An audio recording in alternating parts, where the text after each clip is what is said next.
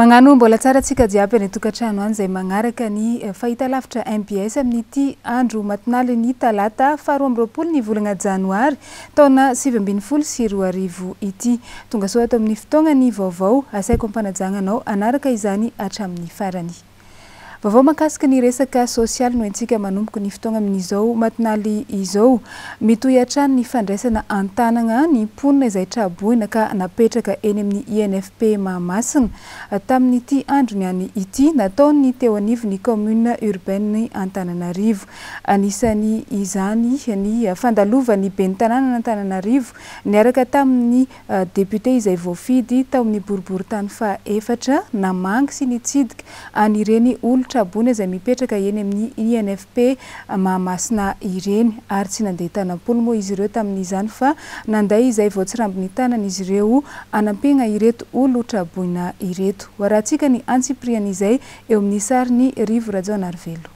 Nitsidika ireo trapavoazana natobo teny amin'ny INFP Mahamasina ny ben'ny tanàna Antananarivo renivohitra sy ny mpiara-miasa aminy ary ny député lany teny amin'ny boriboritany faha-efatra tamin'ity andro niany ity. Nanolotra fanampiana toy ny vary, vola, menaka ary kojakoja maro isan-karazany ilaina amin'ny fiainana andavanandro. Efa misy tompona andraikitra no mandray antanana ny fizarana ireo fanampiana avy amin'ny Ramatoa ben'ny tanàna ireo. Zaraina isa mpianakaviana zany le izy satria alainay lisitra le fa no anatin'ny famiray firy ohatra hoe dimy zany dia arakarak'izay tsy njarana izy. Ny ataonay zany tonga dia sakafo manta zany no zaraina dia samy mahandro ny azy izy. Zara fotsiny zany ataonay dia samy mikarakara sakafo. Le ato anaty efitrano zany zao le olona niaran'le izy mivantana mihitsy le niara mivantana. Dia le olona eo amin'ilay hoe loza manambana no ataonay le amin'ny chapiteau. Fa ankoatra ny fanampiana ara-tsakafo sy ny fitaovana omena ireo traboina ireo dia araha-maso ihany koa ny fahasalaman'izy ireo ary mahazo ara-dalàna ny fidiovana tokony ho sahaza azy ireto traboina mipetraka eny amin'ny INFP Mahamasina ireto. Nandritra ny fidinana ifotony sy ny fitsidiana nataon'ny Ramatoa Lalaora Valomanana ben'ny tanàna no niainoany ny fangatahana sy ny etaetan'ireo olona izay niara ny loza iny. Fa eo amin'ny fitantagnana ny tanàna Antananarivo renivohitra amin'ny ankapobeny dia niditra avy hatrany teo amin'ny sehatry ny asa ireo tompona andraikitry teknika izay mpandamina avy ao amin'ny boriboritany voalohany eto Antananarivo. Araka ny toromarika izay namen'ny Ramatoa ben'ny tanàna Lalaora Valomanana moa dia isy ny fandaminana ny eny anivon'ny tsena ny ireo mpivarotra izay mivarotra eny amoron'ny arabe ary eo ihany koa ireo izay manao fako eny amin'ny sisin-dalana rehetra eny. Andeha warahantsika ny fanampim-panazavana makasiky izay. Anisany miteraka ny fitohanan'ny fifamoivoizana sy mandoto tanàna ireo mpivarotra amoron-dalana satria misy fotoana izy ireo milatsaka anaty arabe. Indraindray ihany koa dia tsy manadio izy ireo alohany hialany ao amin'ny toerana avy nivarotany ka izay no mahatonga ny fako misavovona eny amin'ny arabe. Nanome toromarika ny ben'ny tanàna Antananarivo renivohitra ny amin'ny tokony isian'ny fandaminana ireo mpivarotra amoron-dalana ireo.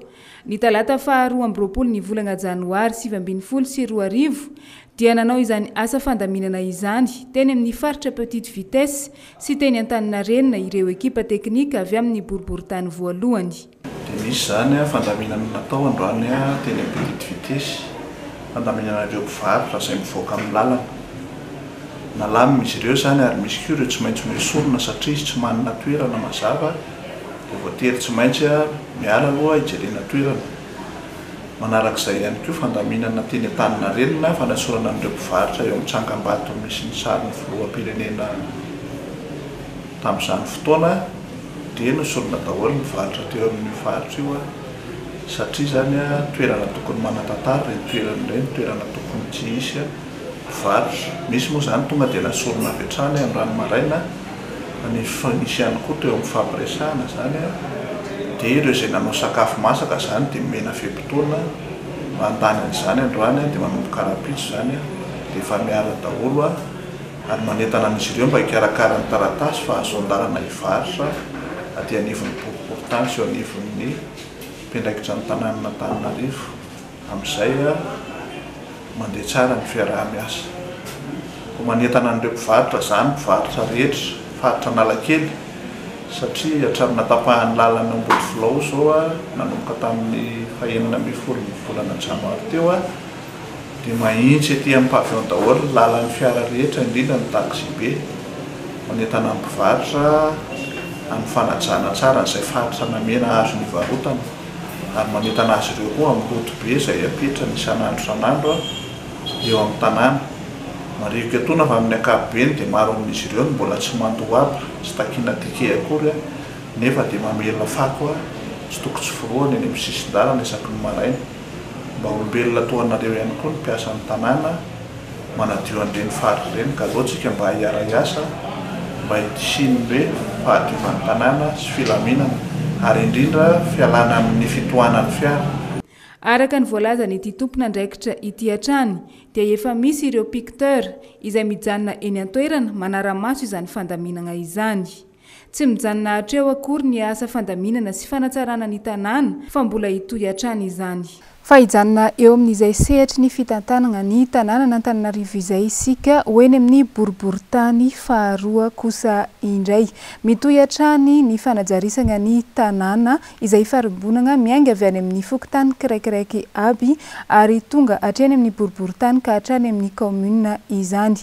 Ho an'ny boriboritany faharoa manokana dia manana ny vinany miavaka izy ireo hoentina anatsarana ny tanàna amin'ity taono 2024 ity.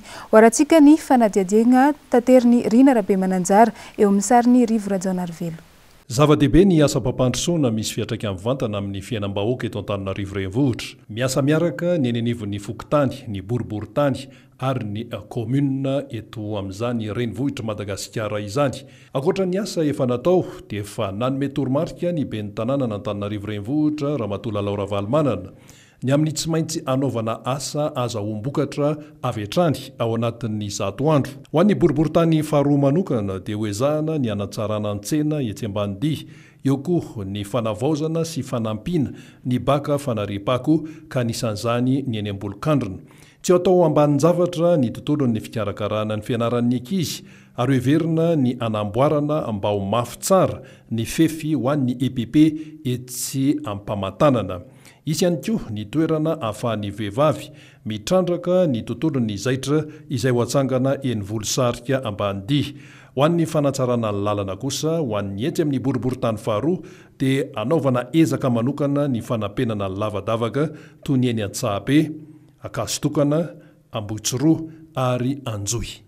Andeha ho an'ny Mahajanga isika atao anatiny ity fa manaraka ity indray isany nitondra faisana tamin'ny fiavian'ny Mahalegny no ilay andro ratsy ihany koa i Mahajanga izay niaina tanatin'ny ora mikija tanteraka tamin'ny androany tontolo.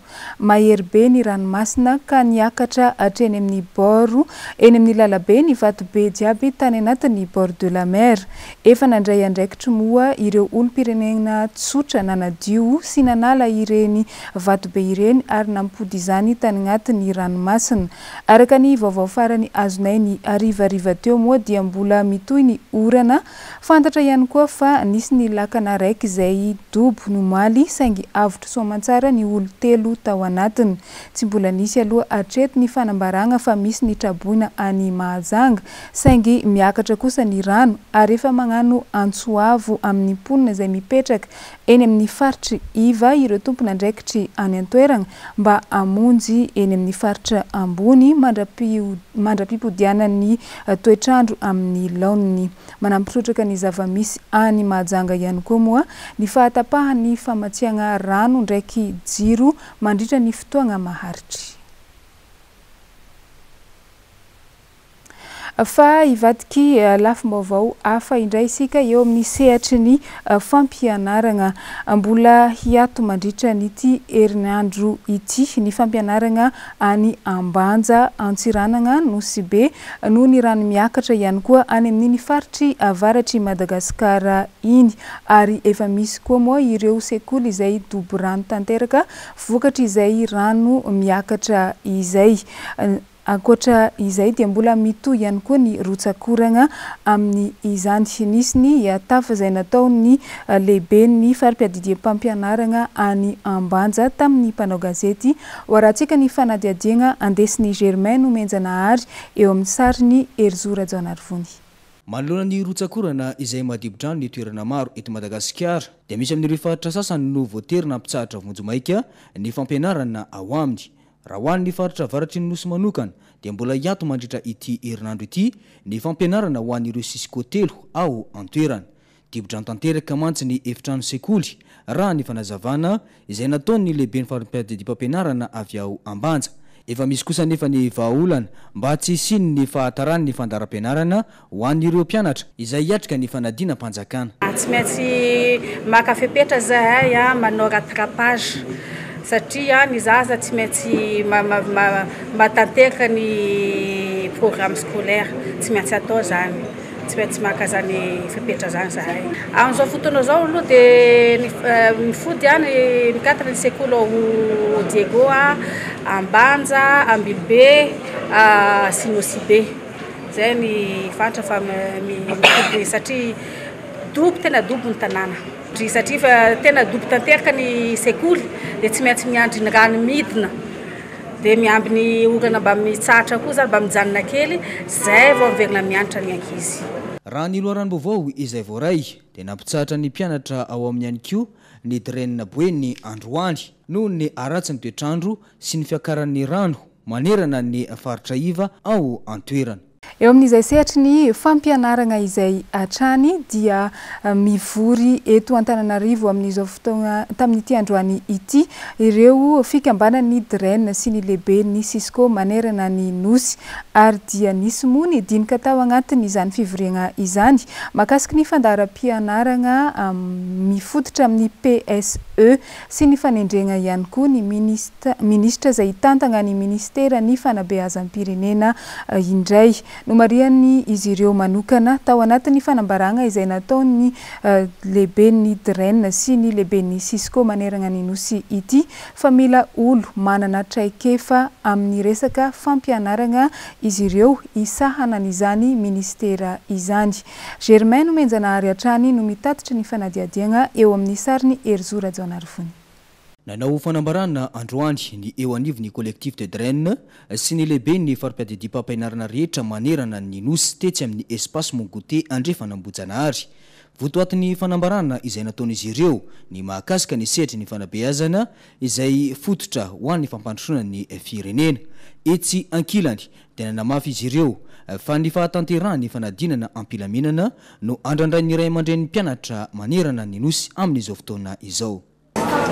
Mampatsiahy ny tsirairay etsy andaniny fa fototry ny fampandrosoana ny fanabeazana ka mendrika teknisianina efa zatra asa fa tsy olona vao anavao sy anadrara ka anohitohina ny tao-tsekoly. Etsakilany kosa dia raha malala fa ny tsy fahatompanana isan-karazany ao anatin'izany. Sehatra ny fampianarana izany dia fototry ny tsy fahamarina toeran'ny ministera sy ny fanjakana foibe. Makahery ireo mpampianatra sy mpisehatra rehetra atao anatin'ny fampianarana izay miasa mafy sy mikely aina ho tombotsoan'ny zanavahoaka. Tanjona ho azy ireo amin'ity taom-pianarana 8 sy 7 ity ny firindran'ny programa mpampianarana izay mifanaraka amin'ny PEC na ny plan sectoriel de l'éducation ho an'ny fanabeazana eto Madagasikara. Lafi ny fananantany kosa indray mbola olana eto amintsika ny tsy fahafehezana ny lalàna mifehy ny fananantany hany ka maro ireo olo izay mangalatra tany tahaka ny tranga araiky izay misy eny Andranomahery Ankorondrano eny izao dia tany efa misoratra ara-dalàna amin'ny tompony nefa dia mbola misy mibodo sy mamefy ihany izany tany izany ka izay no miteraka olana sy disadisa amin'ireo samy mpiray monina. Andeha hoarantsika ny fanadihadiana tanteriny Jessica Miray eo amin'ny sariny Manora Andriamalala.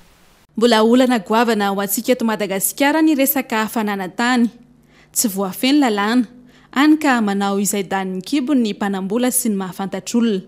Efa maro izay trangana famefena tany ity izay. Ity tany mifefy taolina ity ihany koa izao dia tany eto amin'ny fokotany Andranomahery Ankorondrano. Misy tompony izy ity ary manana ny taratasy ara-dalàna saingy izao tonga dia nisy namefy izao hany ka velo taraina ny tompon'ny tany satria tsy hitan'izy ireo intsony izay antonona.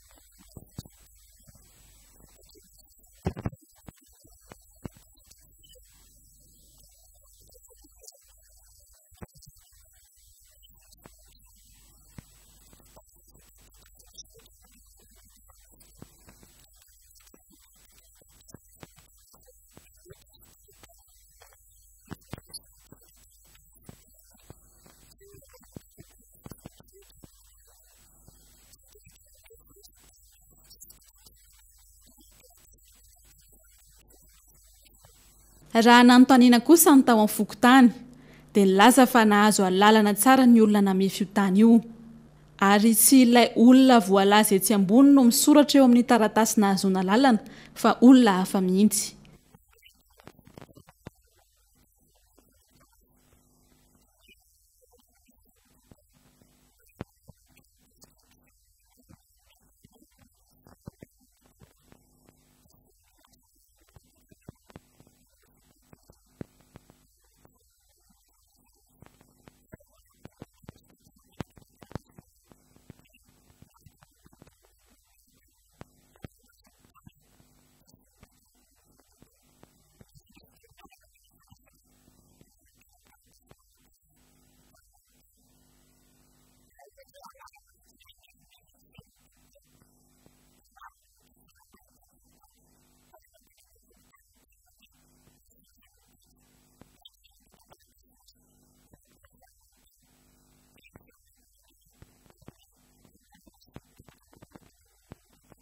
Ny fantatra aloha hatreto dia mbola maro ny olana tsy voavaha mikasika ity tany eto amin'ny village des Jeux Andranomahery Ankorondrano ity. Na tany efa voalaza fa misy tompony aza dia misy mibody tsotra izao.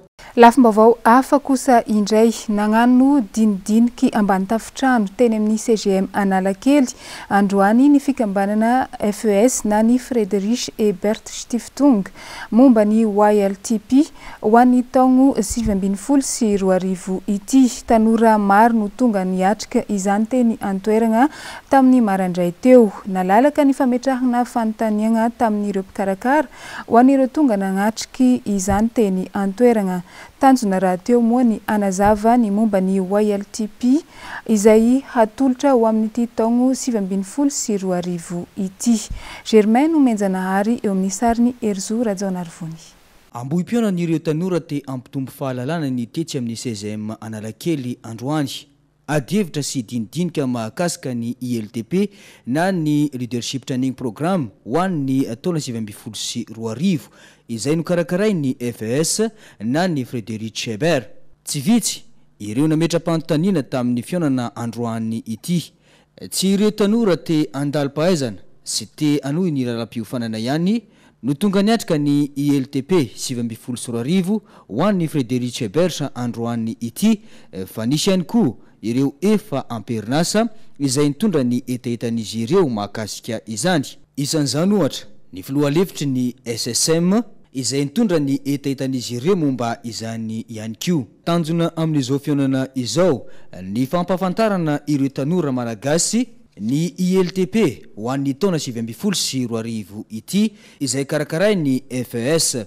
Tsy vitsy raha teo ireo tanora tafavoaka nanaraka ny lalam-piofanana arahana tamin'ny FES raha ny fanazavana hatrany. Sehatry ny kolotsaina kosa indray mbola somary taraiky Madagasikara raha oharina amin'ny zava-misy any ivelany any eo amin'izay resaka fanomezana mari-pankasitrahana ho an'ny mpanakanto izay. Ny RDJ Mozika dia hetsika raiky ataona haino aman-jery izay atao isan-taogno izy io ho fankasitrahana n'ireny mpanakanto ireny. Ho an'ity taona 2020 sy 2020 ity dia ho tanterahina amin'ny faharoan'ny volana febroary ho avy izao ny fanomezana mari-pankasitrahana ho an'ny mpanakanto sy ny mpamorona mendrika tamin'ny taogno 2024 iny. Andindin'izay tateriny Jessica Miray eo amin'ny sariny Manu Randriamalala. Tsy mbola misy ny sehatra ofisialy hanomezana fankasitrahana ho an'ny mpanakanto raha ho an'ny eto Madagasikara. Raha ho an'ny tarika Rikalavazo manokana izao, izay mivoy ny gadona malagasy nanomboka ny taona 2024 dia etaetan'izy ireo ny ampahafantatra ny mozika malagasy manerana izao tontolo izao sy ny hanomezana sehatra ny fankasitrahana ny mpanakanto. Ho anay tarika Rikalavazo manokana zao le zavatra adinodin'olona mihitsy ny zavatra tena hoe ezahanay asongadina hoe ny malagasy zany. Ohatra hoe ny zava-maneno fotsiny ny valia ohatra. Dia izay nenay tsy dia tena any amin'ilay resaka hoe mba ho tianay daholo ny olona fa mba ho tadidin'ny olona ny malagasy indrindrandrindra. Izay tanora dia tanora malagasy dia le malagasy mihitsy ny tena ezahanay asongadina bebe kokoa. Dia iny ny tena tianay ho tadidin'ny olona hoe malagasy ianao dia aloha ianao ihany no asandratra sotra. Efa nanomboka ny taona 2024 kosa ny tao amin'ny onja-PRDJ no nanomboka nanome mari-pankasitrahana ny mpanakanto malagasy isan-taona. Gadona maro samihafa no ezahina omena mari-pankasitrahana eto hatramin'ny mpamokatra.